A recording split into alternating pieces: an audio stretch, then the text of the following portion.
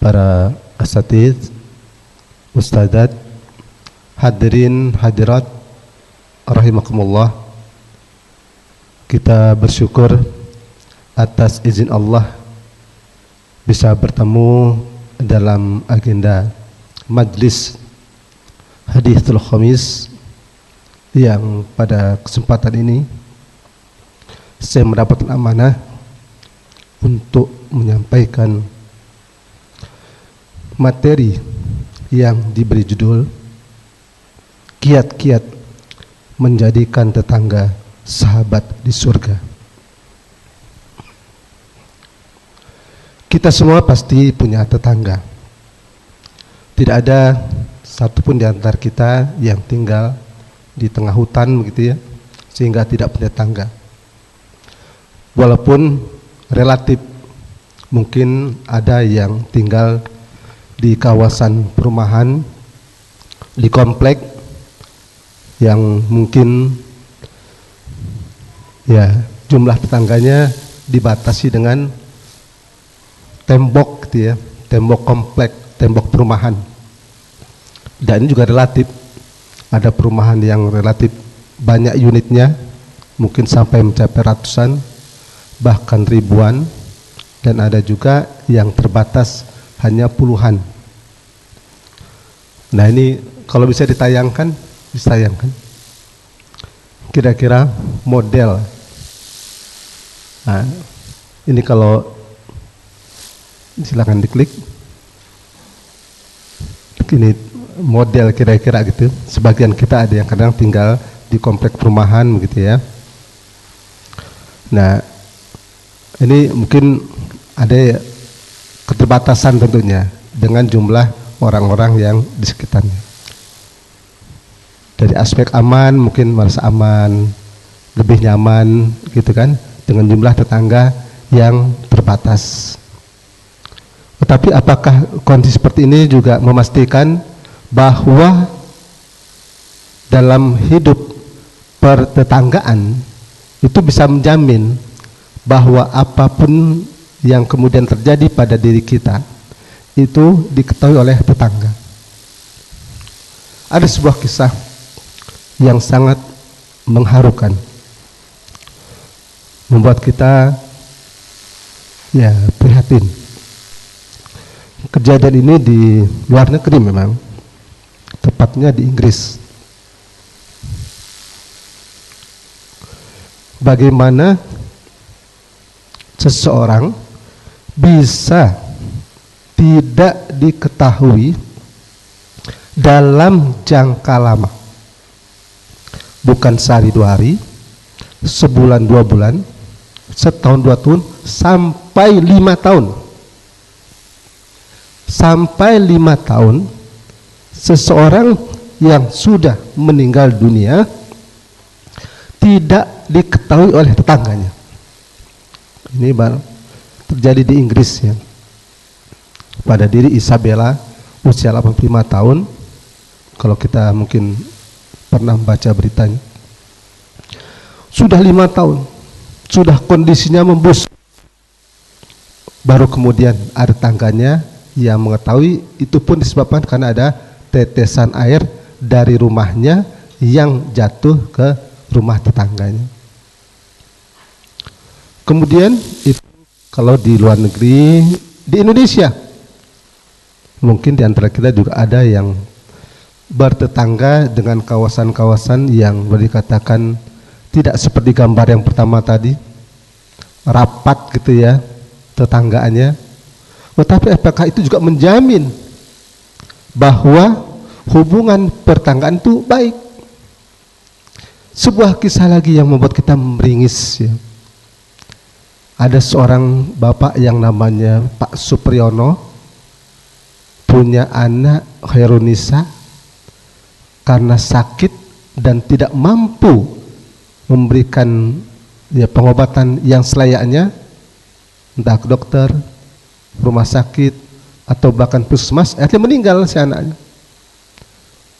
Dan dalam kondisi sudah meninggal, tidak ada ambulan yang datang untuk kemudian membawa si anak tersebut misalnya ke tempat tempat pemakaman yang layak sebagaimana seorang manusia. Yang dia punya gerobak sampah, karena memang pekerjaan harinya adalah buang sampah. Anaknya yang sudah meninggal itulah artinya ditaruh, diletakkan di gerobak sampahnya, dibawa untuk kemudian mencari tempat yang aman menurutnya untuk dikuburkan. Nah, ini kondisi yang real di sekitar kita, bahwa masih banyak saudara-saudara kita yang tidak peduli dengan tetangganya. Bagaimana dengan kita? Kita tidak usah bicara saudara kita yang sana, kita sendiri, masing-masing kita coba mengintrospeksi dirinya, mengevaluasi dirinya, sejauh mana hubungan kita, relasi,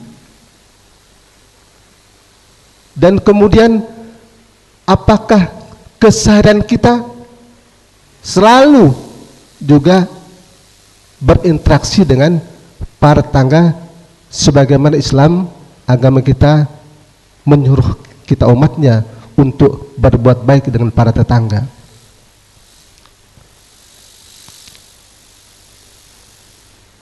Firman Allah Subhanahu wa taala dalam surat An-Nisa ayat 36.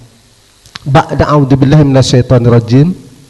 Wa'budullah wa la tusyriku bihi syai'a wa bil walidaini ihsana wa bidil qurba wal yatama wal masakin wal jari dil qurba wal jaril junubi wasahibi bil jambi wabnis sabil wa ma malakat aymanukum innallaha la yuhibbu man kana mukhtalan fakhura.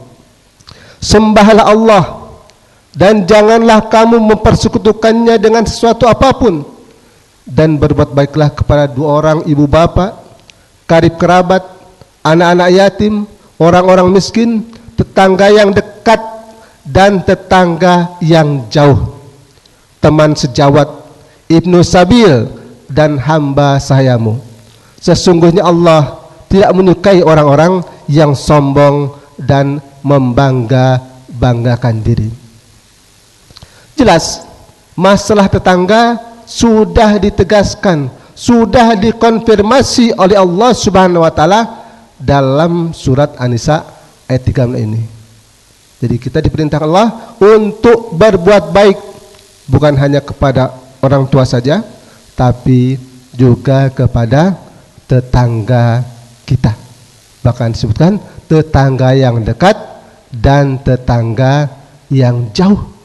Nanti kita sampai pada bahasan apa tetangga dekat, tetangga jauh tersebut. Kemudian terkait dengan kata-kata tetangga, firman Allah yang lain dalam surat Al-Ahzab ayat 60, ba'da a'udzubillahi minasyaitonir rajim, la illam yantahil munafiquna walladina fi qulubihim maradun wal murjifuna fil madinati lanughriyannaka bihim thumma la yujawirunaka fiha illa qalila. Sesungguhnya jika tidak berhenti orang-orang munafik yang dekat dengan rumahnya atau yang paling jauh, jadi ada yang langsung nempel gitu ya, rumahnya dengan dinding rumah kita bersebelahan gitu. Ada juga yang mungkin walaupun satu RT tapi di ujung gitu ya rumahnya, tetap tetangga. Jadi kalau melihat dari paparan ini jelas bahwa tetangga itu adalah orang-orang yang tinggal di sekitar kita tanpa membedakan agama gitu ya, termasuk tentunya suku, ras gitu kan. Siapa saja selama dia tinggal di sekitar kita, maka itu adalah tetangga kita. Nah, batasan sekarang ya, batasan tetangga. Al-Auza'i berpendapat 40 rumah dari setiap arah, kira-kira itu. Ini kita ambil 4 arah aja ya, 4 arah aja, depan, belakang, kanan, kiri gitu ya. Kalau 40 kali 4 berapa itu? 160 ya. Itu kalau arahnya 4. Tapi kalau arahnya 8 penjuru angin, waduh, 40 kali 8, 320. Kalau boleh saya tanya, Ustadz, Ustadzah, Bapak Ibu sekalian, coba ada yang bisa menyebutkan secara lengkap, gak usah 160 deh, cukup 10 depan, 10 belakang, 10 kanan, 10 kiri tangganya, nama lengkapnya. Ada, Cung, Bapak Ibu hadirin hadirat yang bisa. Ini 10 ke depan tetangganya. Bapak siapa? Muhammad, Budi, Herman, terus gitu ya. Belakang 10 kan 10. Ada? Kita tahu kadang-kadang tetangga itu dengan apanya? Dengan tampilan ya kadang-kadang. Misalnya dia ada kumis, Pak Kumis gitu ya. Ada brewoknya, Pak Brewok gitu ya. Atau misalnya rumahnya warna pink gitu. Wah, Bapak itu yang rumah warnanya pink gitu. Nggak tahu kita namanya siapa gitu. Padahal tetangga kita. Ya, nggak sampai tadi 40 rumah, bahkan nggak sampai 10 rumah. Nah ini, jadi ini juga ya hal yang seharusnya membuat kita juga ke depan, mari sama-sama mencoba gitu kan, untuk mengenal tetangga kita lebih baik gitu. Jadi kalau Imam Syihab juga sama itu pendapatnya, 40 depan, belakang, kanan, kiri, terus 160. Nah itu, Masya Allah. Kalau Ali bin Abi Thalib berkata, katanya, siapa saja yang mendengar panggilan, ini maksudnya azan ya, maka dia adalah tetangga masjid. Nah itu, dibayangkan, tergantung suara mic masjid ya. Jadi kalau makin kencang suaranya, itu berarti makin jauh itu hitungan tetangganya ini.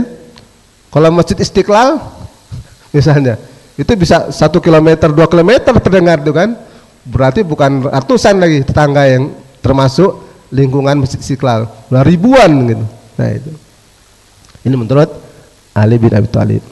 Dan lain yang berkata juga, ya yang tinggal di satu tempat, di satu kota itu adalah tetangga. Ini mungkin dikuatkan dengan firman Allah yang tadi saya bacakan, yaitu yang artinya sesungguhnya jika tidak berhenti orang-orang munafik, orang-orang yang berpenyakit dalam hatinya, dan orang-orang yang menyebarkan kabar bohong di Madinah dari menyakitimu ya Muhammad, niscaya kami perintahkan kamu untuk memerangi mereka, kemudian mereka tidak menjadi tetanggamu di Madinah. Nah ini, jadi yujawir jiran, tetangga, jar, dalam konteks ayat ini kota Madinah. Masya Allah, satu kota Madinah itu tetangga semua gitu ya. Dan Rasulullah melakukan memang seluruh kaum muslimin di kota Madinah sama itu, tidak membeda-bedakan.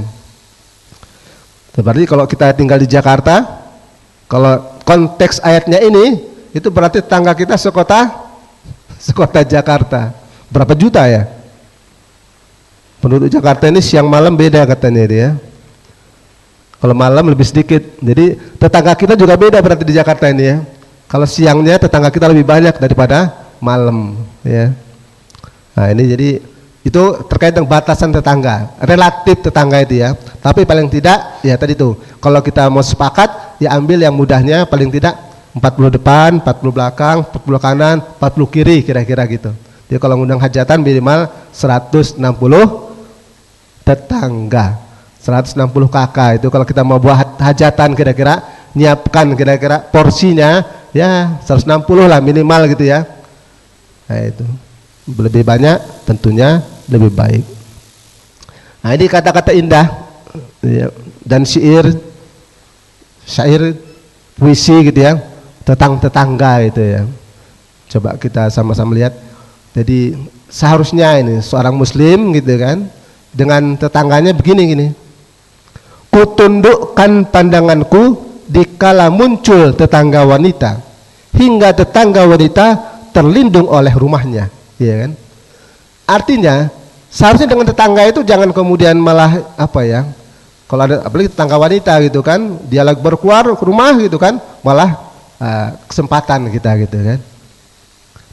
Dengan tetangga wanita kita berusaha untuk menundukkan pandangan, juga ya berbuat ya sebaik mungkin gitu, beradab, beretika gitu. Kenapa? Sekali lagi tadi kita harus berbuat baik dengan tetangga. Kemudian ini kata-kata indah yang lain, mereka mencelaku tatkala aku menjual rumah dengan murah. Mereka tidak tahu bahwa tetangga di sana membuat susah. Maka saya katakan kepada mereka, hentikan cacian dan sumpah serapah. Dengan tetangga, harga rumah menjadi mahal atau murah. Betul nggak ini, Bang? Jadi harga rumah kita itu mahal murahnya itu bukan hanya sebatas di mana letaknya gitu kan. Wah, ini daerah misalnya strategis gitu ya, atau tempat kawasan apa? Segitiga emas gitu ya. Atau di jalan raya. Jadi mahal. Tidak. Bagi seorang muslim, sebetulnya nilai rumahnya tidak hanya dibatasi dengan lokasi, teritori di mana letak rumah tersebut, tetapi juga ditentukan harga rumahnya itu dengan lingkungan, dengan orang-orang di sekitarnya, dengan tetangganya. Kalau tetangganya itu adalah orang-orang yang soleh, solihah, orang-orang baik, itu rumah jadi murah apa mahal? Mahal. Iya. Jadi rumah kita itu bukan karena tadi ya besar gitu kan, lokasinya, bukan. Lihat juga kondisi di sekitarnya. Kalau di sekitar kita orang-orang baik, otomatis rumah kita mahal. Tapi kalau di sekitar kita orang-orang buruk, perangai, orang-orang jahat, jelek kelakuannya gitu kan, kita pun tidak nyaman kan, risih kita. Bahkan kalau bisa udah pengen pindah. Kalau udah pengen pindah berarti rumah jadi berapa? Murah ya kan? Nah itu. Jadi harga rumah kita sekali lagi itu ditentukan juga salah satu parameternya oleh berapa banyak orang-orang baik, orang-orang soleh yang tinggal di sekitar kita. Ibnu Abdul Bar berkata, ada 3 hal yang jika ada pada seorang maka tidak diragukan lagi akal dan keutamaannya. Jika dia dipuji oleh tetangga, kerabat dan temannya. Ini kalau sudah ada kata-kata di sini, tetangga memuji berarti kan tetangganya senang itu kan. Kerabat temannya, berarti dia sudah termasuk orang yang tadi punya keutamaan di kalangan tetangga atau orang sekitarnya. Keruhnya kehidupan ada pada 3 perkara: tetangga yang buruk perangai, anak durhaka, dan istri yang jelek akhlaknya. Ini seperti tetangga lagi tadi. Jadi kalau sudah ada tetangga yang buruk perangai, sudah dunia keruh ya. Walaupun tadi mungkin rumahnya besar, megah gitu kan, tetapi tetap pengaruh tetangga itu ada dampaknya pada kehidupan kita dan keluarga kita. Nah ini bagaimana Rasulullah sallallahu alaihi wasallam mewanti-wanti, menasihati kita gitu kan, terkait dengan masalah tetangga ini. Man kana yu'minu billahi wal yawmil akhir falyukrim jarahu. Barang siapa yang beriman kepada Allah dan hari akhir, hendaknya ia muliakan tetangganya. Ini harus kita perhatikan. Iman kita dikaitkan dengan tetangga dalam hadis ini. Sejauh mana keimanan kita itu berbanding lurus dengan sejauh mana perhatian dan kepedulian kita dengan tetangga. Jadi kalau kita peduli, kita perhatian dengan tetangga, berarti iman kita baik. Jadi seakan-akan dalam hadis ini belum sempurna ya, bukan tidak beriman, belum sempurna iman kita sampai kita berbuat baik, memuliakan tetangga kita. Nah, ini kan apa? Ya, hadis yang memotivasi kita untuk memuliakan, untuk berbuat baik dengan tetangga. Sebab kenapa? Kita khawatir, wah, jangan-jangan nanti kita digolongkan pada orang-orang yang beriman tapi belum sempurna. Kenapa tadi? Masih ada satu poin, yaitu di mana kita belum memuliakan tetangga kita, ya. Jadi juga ini kita harus hati-hati. Bagaimana seharusnya kita berusaha untuk terus meningkatkan servis kita ya kepada para tetangga kita. Ini hadis yang lain. Mazala Jibril yusini bil jar hatta zonantu annahu sayuwarithuh. Jibril senantiasa menasihatiku tentang tetangga hingga aku mengira bahwa tetangga itu akan mendapat bagian harta waris. Ya. Jadi saking seringnya, intensnya gitu. Jadi datang malaikat Jibril, ya Muhammad, pedulilah dengan tetangga. Ya Muhammad, hormati tetangga. Ya Muhammad, muliakan tetangga. Ya Muhammad, tolong tetangga. Begitu terus, ya. Wasiat dari Jibril kepada Nabi Muhammad untuk memuliakan tetangganya. Nah, ini sampai tadi saking seringnya begitu ya. Terus menerus wasiat dari malaikat Jibril kepada Nabi Muhammad sallallahu alaihi wasallam tentang tetangga ini muncul. Wah, jangan-jangan tetangga ini punya hak dalam harta warisan. Saking seringnya ya. Nah, ini kaitan dengan tetangga yang harus kita ya pergauli dengan baik. Nah, ini dan itu tetangga siapapun sekali lagi. Nah, ini ada kisah bagaimana tidak dibeda-bedakan antara yang muslim dan yang non muslim. Ini kisah dari Abdullah bin Amr bin As, seorang sahabat. Dia menyembelih kambing, dia yang menyembelih dan mengeliti itu adalah gulamnya, jadi pembantunya, hamba sahanya. Kemudian diperintahkan berikan kepada Yahudi tetangga kita sebagian daripada daging kambing yang sudah kita sembelih ini. Nah, itu kan dia lagi di dalam sebuah majlis juga lah seperti gini gitu kan. Ada yang teriak gitu. Ya, kira-kira Abdullah, mengapa kau berikan sebagian daging kambing ini kepada orang Yahudi? Nah, itu seolah-olah tidak rela gitu kan. Ada perasaan, nah dia kan orang Yahudi. Nah, apa jawab Abdullah bin Amr bin As ini? Ya, dia Yahudi, tetapi dia tetanggaku. Dan aku pernah mendengar Rasulullah sallallahu alaihi wasallam membacakan hadis tadi. Mazala Jibril yusini bil jar hatta zonantu annahu sayuwarithuh. Jibril senantiasa menasihatiku tentang tetangga hingga aku mengira bahwa tetangga itu akan mendapat bagian harta waris. Nah, jadi termotivasi dengan hadis ini, Abdullah bin Amr bin As membagikan hasil potongan daging kambingnya sebagian kepada tetangganya yang Yahudi tadi. Kemudian hadis yang lain, khairul ashabi indallah khairuhum lisahibi wa khairul jirani indallah khairuhum lijarih. Sahabat yang paling baik di sisi Allah adalah yang paling baik sikapnya terhadap sahabatnya. Tetangga yang paling baik di sisi Allah adalah yang paling baik sikapnya terhadap tetangganya. Nah, ini Rasulullah adalah suri tauladan, contoh yang paling baik bagi kita bagaimana beliau bertetangga baik muslim maupun non muslim. Jadi dengan non muslim ini banyak kisah-kisah Rasulullah dengan orang-orang Yahudi ya. Dan kemudian karena Rasulullah dengan caranya, metode dakwahnya berbuat baik kepada tetangganya yang non muslim, akhirnya satu persatu tetangganya yang non muslim itu, yang Yahudi itu masuk Islam. Salah satunya tadi itu kita pernah sering dengar kisah bagaimana Rasulullah selalu memberi makan kepada Yahudi yang buta, ya, kayak itu.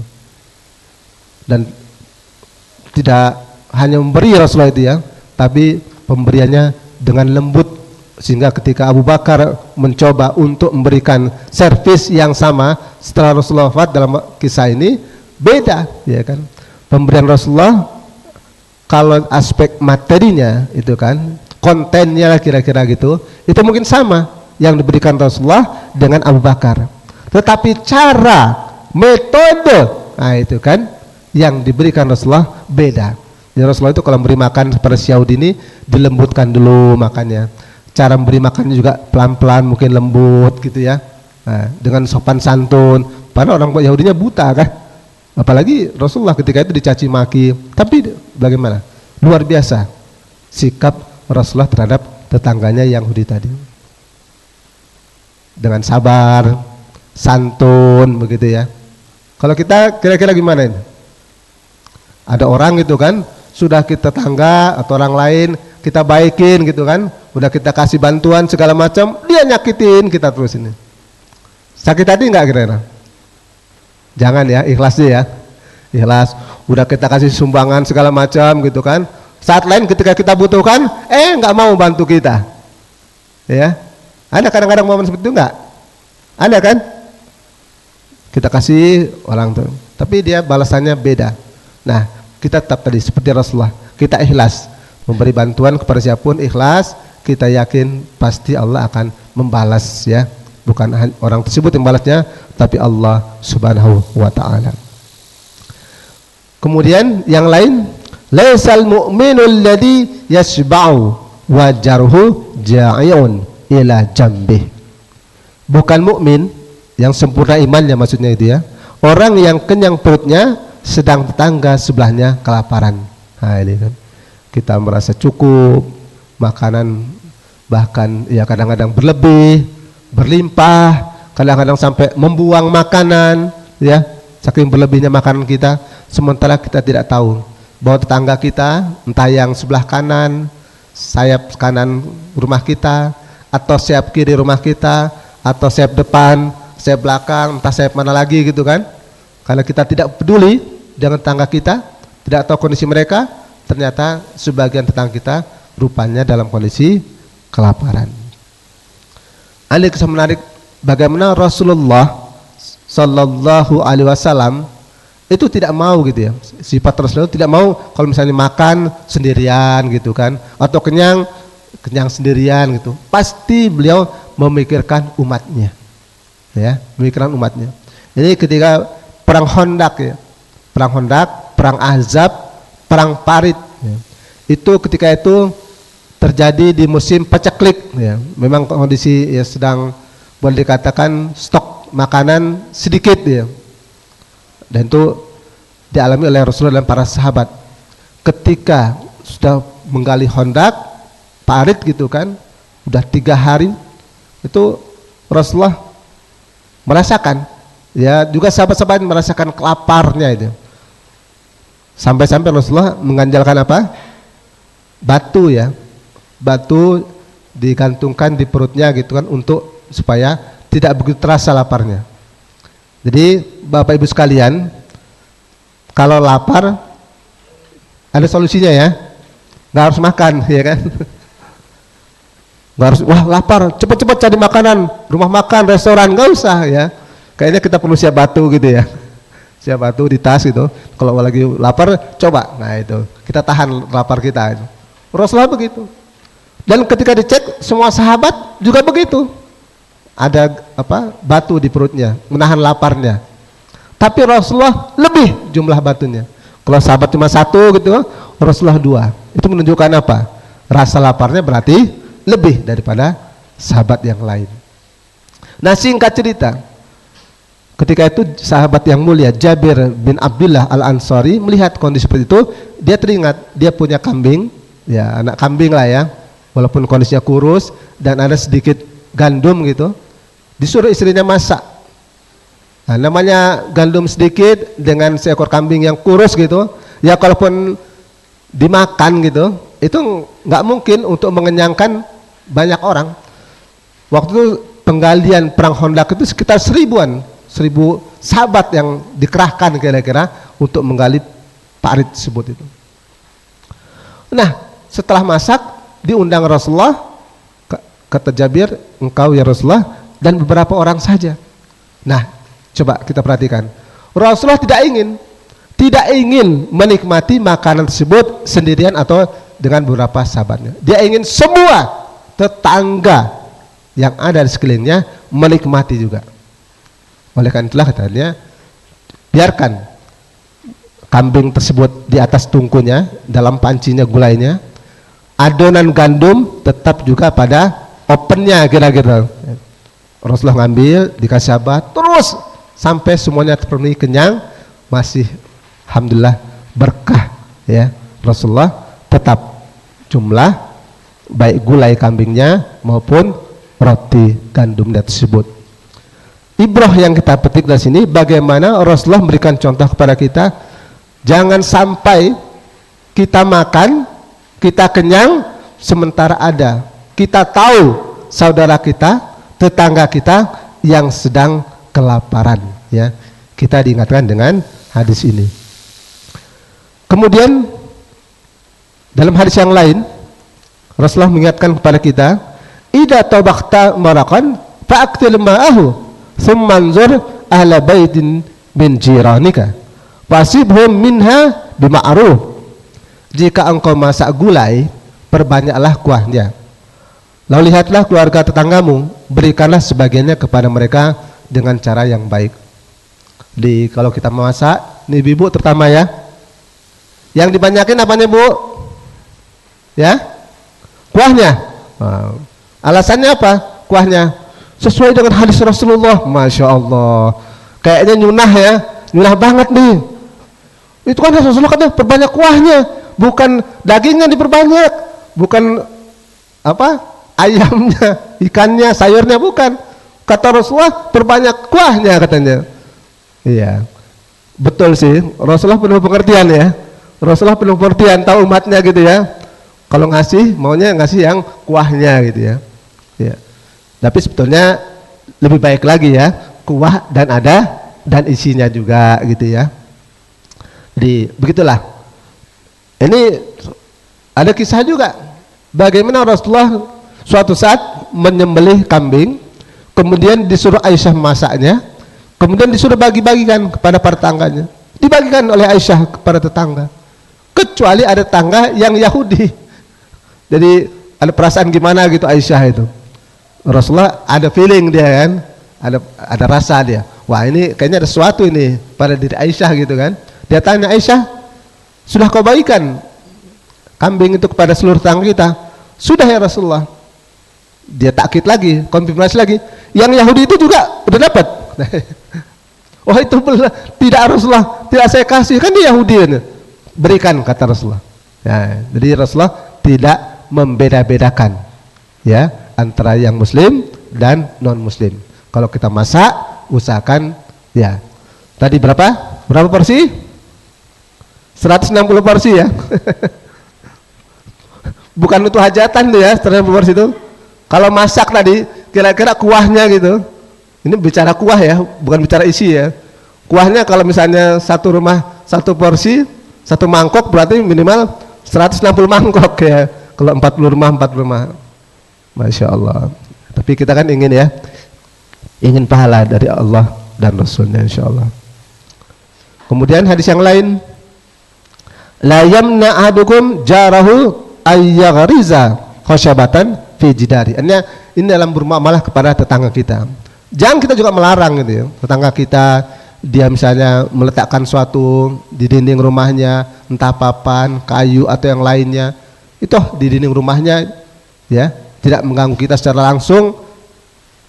Kita kadang-kadang wah, ada tetangga nongkok sedikit tuh, malu gitu ya. Wah, berisik gitu ya. Berarti memaku sesuatu gitu. Nah, ini tidak dibenarkan. Jadi kita harus apa? Toleransi ya. Dengan tetangga itu harus kita bangun toleransi yang tinggi. Nah, ini sekarang sampai pada ancaman ya. Ancaman atas pelakuan buruk terhadap tetangga.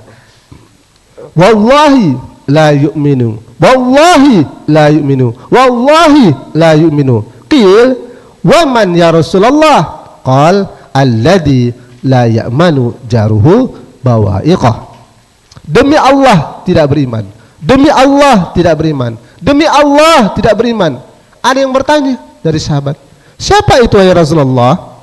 Beliau menjawab, orang yang tetangganya tidak aman dari bawaiknya, maksudnya kejahatannya. Hati-hati jadi. Untuk kita hati-hati, dipertanyakan sekali keimanan kita kalau ternyata kita berbuat buruk, berbuat jelek kepada tetangga kita. Jangan kita bangga mengklaim, wah kita sudah beriman, tapi masih buruk dengan tetangga kita, baik yang muslim maupun non muslim. Nah, ini perlu ditekankan lagi ya. Kemudian ini juga ancaman nih, bagaimana bagi kita yang berbuat buruk dengan tetangga. Ya Rasulullah, inna fulana tusallil lail wa tasumun nahar wa fi lisaniha syai' tu'dhi jiranaha. Qal la khaira fiha hiya finnar. Ya Rasulullah, si fulana, seorang ibu ya, kalau fulanah berarti ya, dia sering sholat malam, siangnya puasa, namun lisannya selalu menyakiti tetangganya. Rasulullah bersabda, tidak ada kebaikan padanya, dia di neraka. Naudzubillah min dzalik. Bayangkan, bukan dia tidak sholat, dia sholat wajib plus lagi kan. Kalau sudah begini kan berarti plus itu kan. Sholat sunnah aja Qiyamul Lail itu termasuk yang paling berat kan, Qiyamul Lail kan, iya kan? Apa ada di sini kita yang bisa Qiyamul Lail tiap malam, bangun tengah malam, atau sepertiga malam lah tiap malam, atau sering misalnya siangnya puasa gitu kan? Mungkin jarang di antara kita yang mampu. Tapi kalau saya berhusnuzon, yang hadir di tempat ini kayaknya wajah-wajahnya ini yang sering sholat malam nih. Puasanya juga sering ya, siang harinya. Tetapi harus kita perhatikan, tidak cukup untuk masuk surga, untuk beli tiket surga, itu tidak cukup dengan sholat ya, tambahan ya, sholat malam, kemudian puasa sunnah. Kalau kita masih menyakiti tetangga kita, tetangga kita merasa tidak aman ya dengan keberadaan kita. Jadi ini juga ya peringatan ya untuk kita semua. Jadi ibadah iya, tetapi juga harus dibarengi dengan jangan sampai menyakiti saudara kita. Ini kan dalam hadis lain ada juga menggambarkan bagaimana orang yang beriman, yang muslim dari umat Muhammad, tapi dia jatuh bangkrut, ya kan, di hari kiamat nanti. Dalam sebuah majlis seperti ini Rasulullah bertanya kepada para sahabat, manil muflis, siapa orang yang jatuh bangkrut, jatuh pailit, kata Rasulullah para sahabat. Para sahabat, para pebisnis, ya kan, hidupnya banyak yang berniaga. Jadi kalau udah kata Rasulullah bangkrut, pailit, langsung dihubungkan dengan perniagaan, dengan bisnis. Maka itu sahabatnya menjawab, ya Rasulullah, orang yang bangkrut, orang jatuh pailit adalah mereka yang berniaga dan modalnya tidak kembali, kira-kira gitu. Apa kata Rasulullah? Al-muflisu min ummati, orang yang jatuh bangkrut, yang jatuh pailit dari umatku, kata Muhammad, yaitu mereka yang tadi sholat, puasa, zakat, mungkin juga haji, umroh, sedekah, lain sebagainya. Tapi pada waktu bersamaan, qad syatama haja, dia tadi lidahnya tajam, ya, tajam, suka mencaci, suka memaki, gitu, menyakiti orang-orang lain dengan lisannya. Wa akala malahada, makan harta orang lain. Wa safaka damahada, juga menumpahkan darah orang lain. Jadi bayangkan, bukan tidak sholat, tidak puasa, tidak zakat, haji, umrah dan sebagainya, mereka melaksanakan semua itu, tetapi pada waktu yang bersamaan mereka juga melakukan hal-hal yang buruk. Nah ini kan nanti di akhir kan ditimbang itu kan, iya kan, ditimbang. Kalau misalnya ada amal baiknya, nah itu diserahkan kepada orang-orang yang pernah dizalimi. Misalnya dia pernah menyakiti si fulan, nah itu diambil pahalanya, dikasihkan ke orang yang pernah dizalimi itu, disakiti itu. Kalau sudah habis pahalanya, ternyata masih banyak nih yang antri dari orang-orang yang pernah dizalimi, disakiti, tadi macam-macam gitu ya. Akhirnya apa? Stok kebaikan sudah nggak ada, ya tadi itu dosa orang yang pernah disakiti, akhirnya kemudian ditimpakan kepada orang tersebut. Pahalanya banyak, habis, bahkan akhirnya defisit, ya. Bayangkan, banyak pahala, habis, defisit. Naudzubillahi min dzalik. Ini peringatan seperti itu. Hadis lain, la yadkhulul jannah man la ya'manu jaruhu bawa'iqah. Tidak masuk surga orang tangannya tidak aman dari keburukannya. Nah, kiat-kiat bagaimana menjadikan tangga kita sahabat di surga. Kita ingin tentunya ya, ingin tetangga kita itu juga adalah ya sahabat, teman tetangga kita di surga Allah Subhanahu wa taala. Sebagaimana Rasulullah sallallahu alaihi wasallam. Yang pertama, poin pertama, sering-seringlah bertegur sapa, tanya keadaan kesehatan mereka. Assalamualaikum gitu. Cuma sekedar salam. Kalau dari jauh senyum begitu ya. Nah, itu. Susah nggak senyum itu? Berat. Seperti ngikul beban gitu. Berapa ton? Mudah aja kan? Tinggal dibuka aja mulut kan udah senyum itu. Tinggal kita ukur aja mau senyumnya berapa besar sedekah kita, ya kan? Tabassumuka fi wajhi aika sedekah, ya kan? Senyum kita dalam saudara kita kan sedekah. Kalau tadi kita misalnya 160 ya, 160 tetangga sekitar kita 40 gitu kan. Kalau kita sedekah 10.000 aja ke masing-masing rumah, kali 160 berapa totalnya? 1,6 juta ya. Sanggup nggak kita setiap hari gitu sedekah 1,6 juta jiwa? Itu kalau nilai 10.000, ya kan, dengan tangan. Tapi kalau hanya senyum, ya senyum, kira-kira mampu nggak? Mampu kan dengan tangga senyum gitu. Ya cuma harus memang diperhatikan, ada adabnya juga ya senyum ini, terutama dengan lawan jenis ya. Dengan lawan jenis ini harus ada adabnya. Nanti salah sangka pula gitu kan, dikira ada sesuatu gitu kan. Jadi pertama dengan lawan jenis itu harus kita jaga adabnya. Kemudian juga harus ada lawan senyum gitu kan. Jangan senyum sendirian maksudnya kan. Bahaya senyum sendirian, dicurigai orang ini ada apa senyum-senyum sendiri gitu ya. Nah, itu. Kemudian yang berikutnya ajak mereka mengikuti pengajian ya. Ajak tetangga kita gitu kan untuk ikut pengajian. Jadi kita tahu kan minimal hari-hari besar aja ya, hari ya, peringatan gitu kan, Maulid Nabi, Isra Mi'raj gitu kan, dan lain sebagainya. Itu kita ajak tetangga kita. Jadi jangan kita biarkan masing-masing gitu kita sibuk dengan dunia kita, sementara tetangga kita tidak terperhatikan. Dan sementara juga itu perintah agama kita kan, untuk berbuat baik dengan tetangga kita. Kita ajak pengajian, majelis taklim itu. Bantu mereka. Apalagi sedang mengalami musibah atau sedang hajatan gitu kan. Jangan kita pura-pura sibuk juga gitu kan. Kalau ada tetangga yang memang kita tahu butuh bantuan kita, entah bantuan materi, tenaga atau lain sebagainya.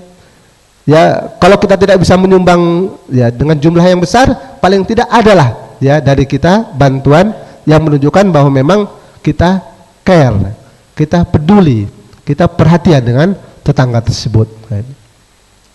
Kemudian besok kalau ada yang sakit, baik di rumah ataupun di rumah sakit, usahakan besok. Dan itu ada pahalanya tersendiri itu ya, untuk menjenguk orang sakit. Bahkan Allah mengingatkan kita, bertanya, kenapa engkau wahai hambaku tidak menjengukku ketika aku sakit? Dalam sebuah hadis qudsi ada dialog begitu kan. Masa Allah sakit? Tidak. Tetapi hamba Allah yang sakit dan kita berkunjung, besuk kepada tetangga ataupun saudara kita yang sakit tersebut. Ya. Takziah, ya. Bila ada tetangga kita yang wafat, takziah. Dan sebaiknya memang tadi itu mulai dari sejak awal ya.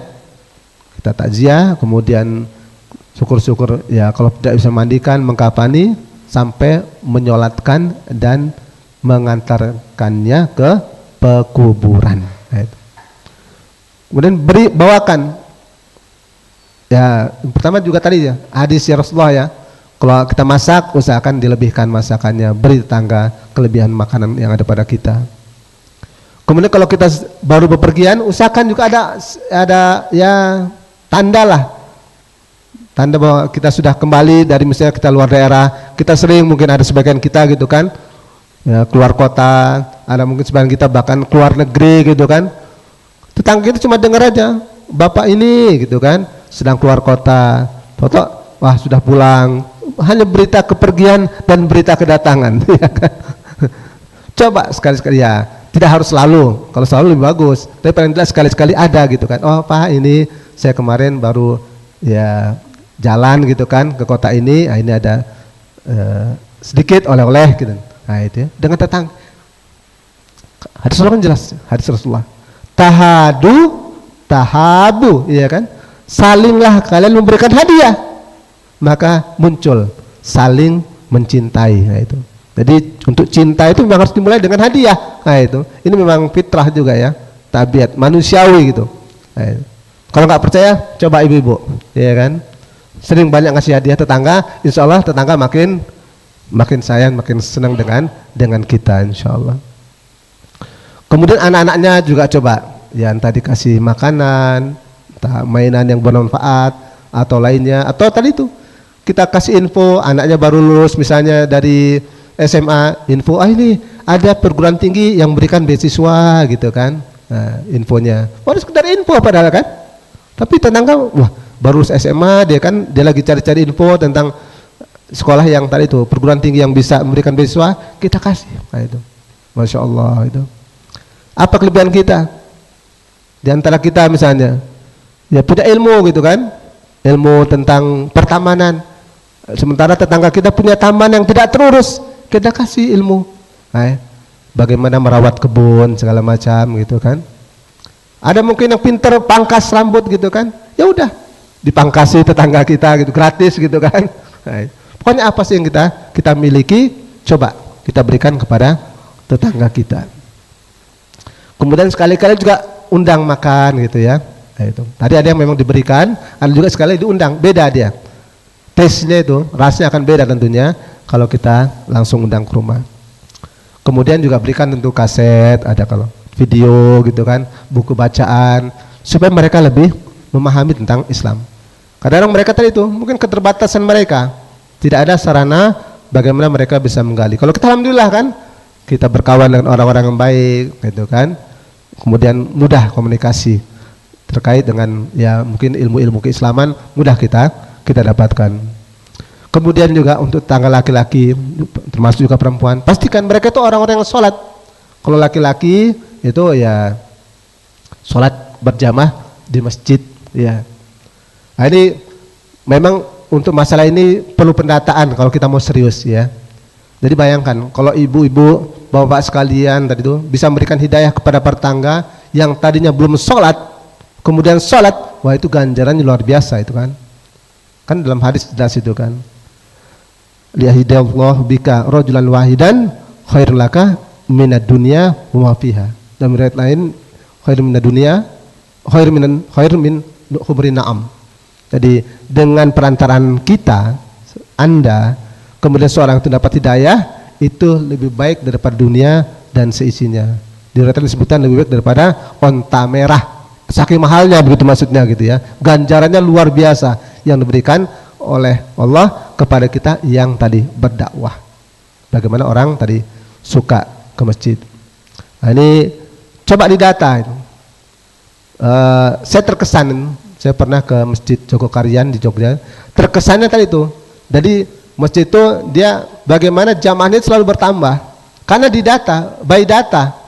Jadi misalnya tetangga sebelumnya gitu kan, yang tidak sholat misalnya 100 orang misalnya yang tidak sholat, kemudian didakwai, didatangi, dan kemudian ada punya kebutuhan dibantu segala macam, sehingga sedikit-sedikit berkurang itu, yang tadinya 100 dari 80 yang tidak sholat, tambah tahun tambah berkurang terus sampai sekarang katanya udah mulai hampir semua tetangga sholat ya. Ini sekarang kita kadang nggak serius ya, kita nggak serius bagaimana dengan tetangga kita supaya mereka sholat. Kalau kita serius insya Allah man jadda wajada itu kan, walladina jahadu fina lanahdiyanahum subulana. Nah, itu janji Allah Subhanahu wa taala. Jadi kita tidak serius mendakwahi tetangga-tetangga kita. Kita ingin tetangga kita menjadi ya penghuni surga, tetapi kita tidak serius bagaimana menggarap mereka, mendakwahi mereka sebagaimana Rasulullah sallallahu alaihi wasallam. Jadi Rasulullah itu bagaimana semua tetangganya jadi Islam, ya kan? Yang muslim ditingkatkan keislamannya, yang non muslim tadi itu didakwahi supaya masuk Islam. Bahkan tadi itu ada yang sudah Rasulullah wafat baru masuk Islam. Jadi kan seperti kisah Yahudi tadi yang buta. Rasulullah tidak melihat bagaimana orang yang didakwahi kira-kira begitu ya, itu masuk Islam dikala Rasulullah masih hidup, tetapi menikmati setelah beliau wafat. Nah, kita begitu juga. Kita jangan kemudian mengharap langsung kita dakwahi langsung orang itu tadi kita ingin sekali gitu ya. Ayo ajak ke masjid, langsung mau. Belum tentu ya kan. Jadi perlu kesabaran itu kan.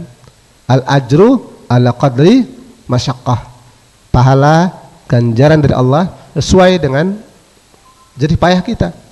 Jadi kalau kita ingin pahala besar, nah itu ya memang seimbang dengan jerih payahnya. Jadi sekali lagi intinya bagaimana kita berusaha untuk membawa tetangga kita ke surga bersama sebagaimana kita, itu menjadikan mereka adalah muslim, muslimah yang melaksanakan ajaran Islam secara kafah, totalitas ya, seperti kita juga. Nah itu insya Allah kalau kita sudah memastikan seluruh tetangga kita muslim muslimah, mukmin mukminah, soleh solihah, rajin beribadah, insya Allah kita yakin tetangga kita di dunia juga tetangga kita di surga Allah Subhanahu wa taala. Amin amin ya rabbal alamin.